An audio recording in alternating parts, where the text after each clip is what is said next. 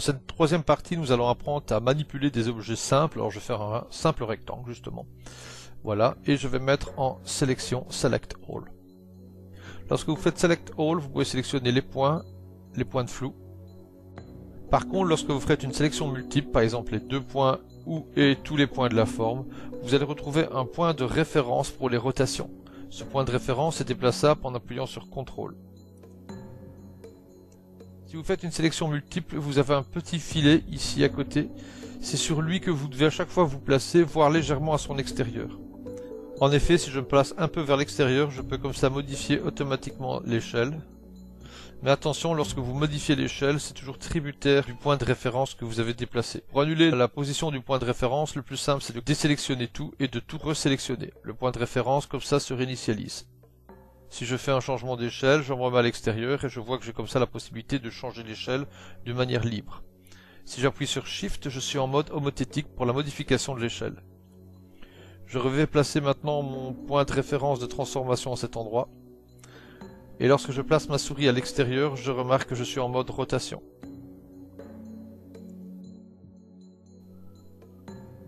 Nous allons animer notre première forme, nous allons refaire tout simplement un rectangle, se mettre sur le frame 25, créer un point central et descendre.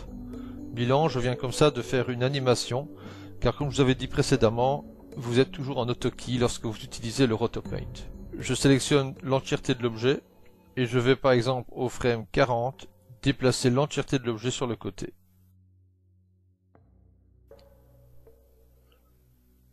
Déplacer le centre de rotation.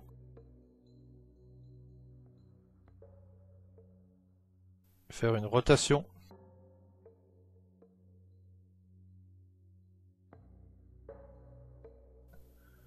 Et modifier l'échelle en appuyant sur Shift. Voilà mon animation très basique. Lorsque vous avez fait une animation, il y a en fait le principe de motion blur qui est intégré dans le RotoPaint. Il se trouve ici.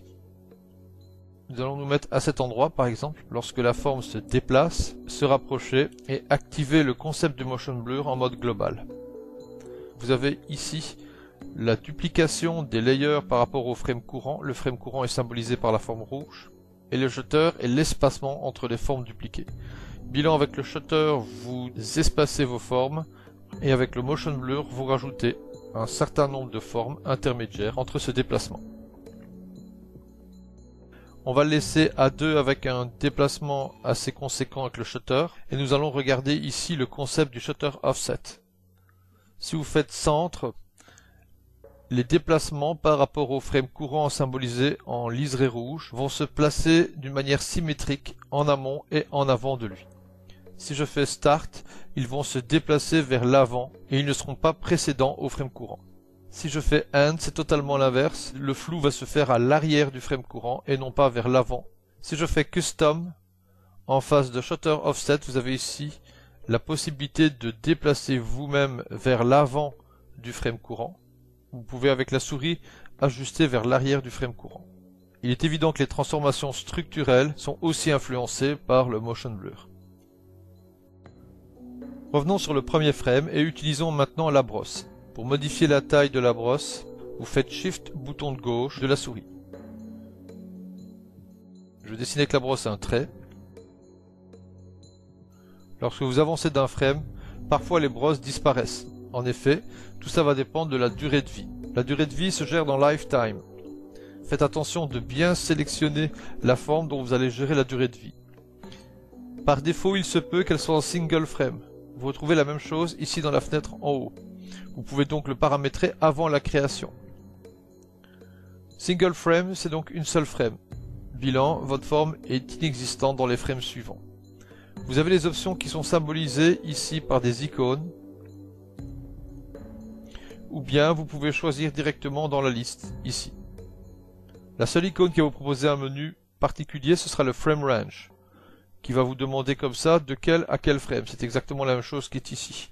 En effet, si je viens sur Frame Range, exemple du frame 10 au frame 20, bilan à ma forme n'est pas visible avant 10, elle est visible à 10, et elle est invisible au frame 20. Je vais le laisser sur All Frame, et je vais revenir sur les paramètres de ce trait.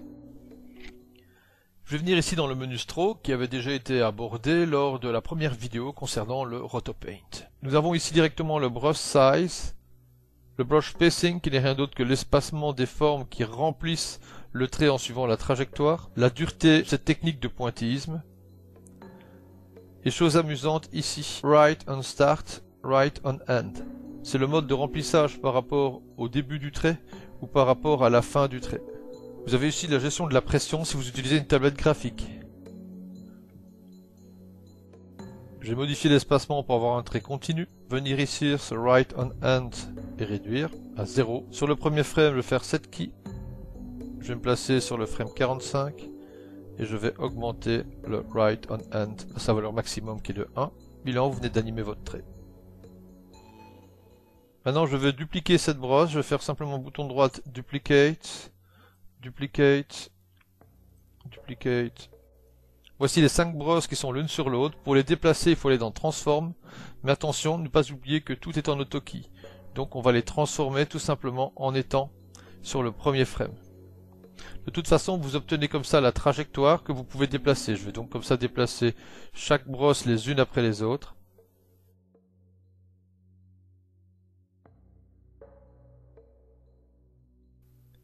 Pour modifier les paramètres de Right on End, il suffit à ce moment-là d'aller dans Curve Editor ou Dopesheet qui permet de déplacer comme ça les clés d'animation. Je sélectionne par exemple la brosse numéro 5. J'ai le Right on End qui est ici. Je peux modifier comme ça la manière dont il se termine pour que celui-ci aille plus vite. Je vais donc le mettre celui-ci au frame 10. Je prends la brosse numéro 4. Je vais le mettre au frame 20. Je prends la brosse numéro 3 au frame 30. La 1 au frame 40 et la 2 au frame 50. Nous voyons comme ça que pour manipuler les brosses, il est préférable d'aller dans Transformation, car les brosses ne sont pas des courbes de Bézier et donc il est inutile parfois d'utiliser certains outils qui ne sont pas appropriés.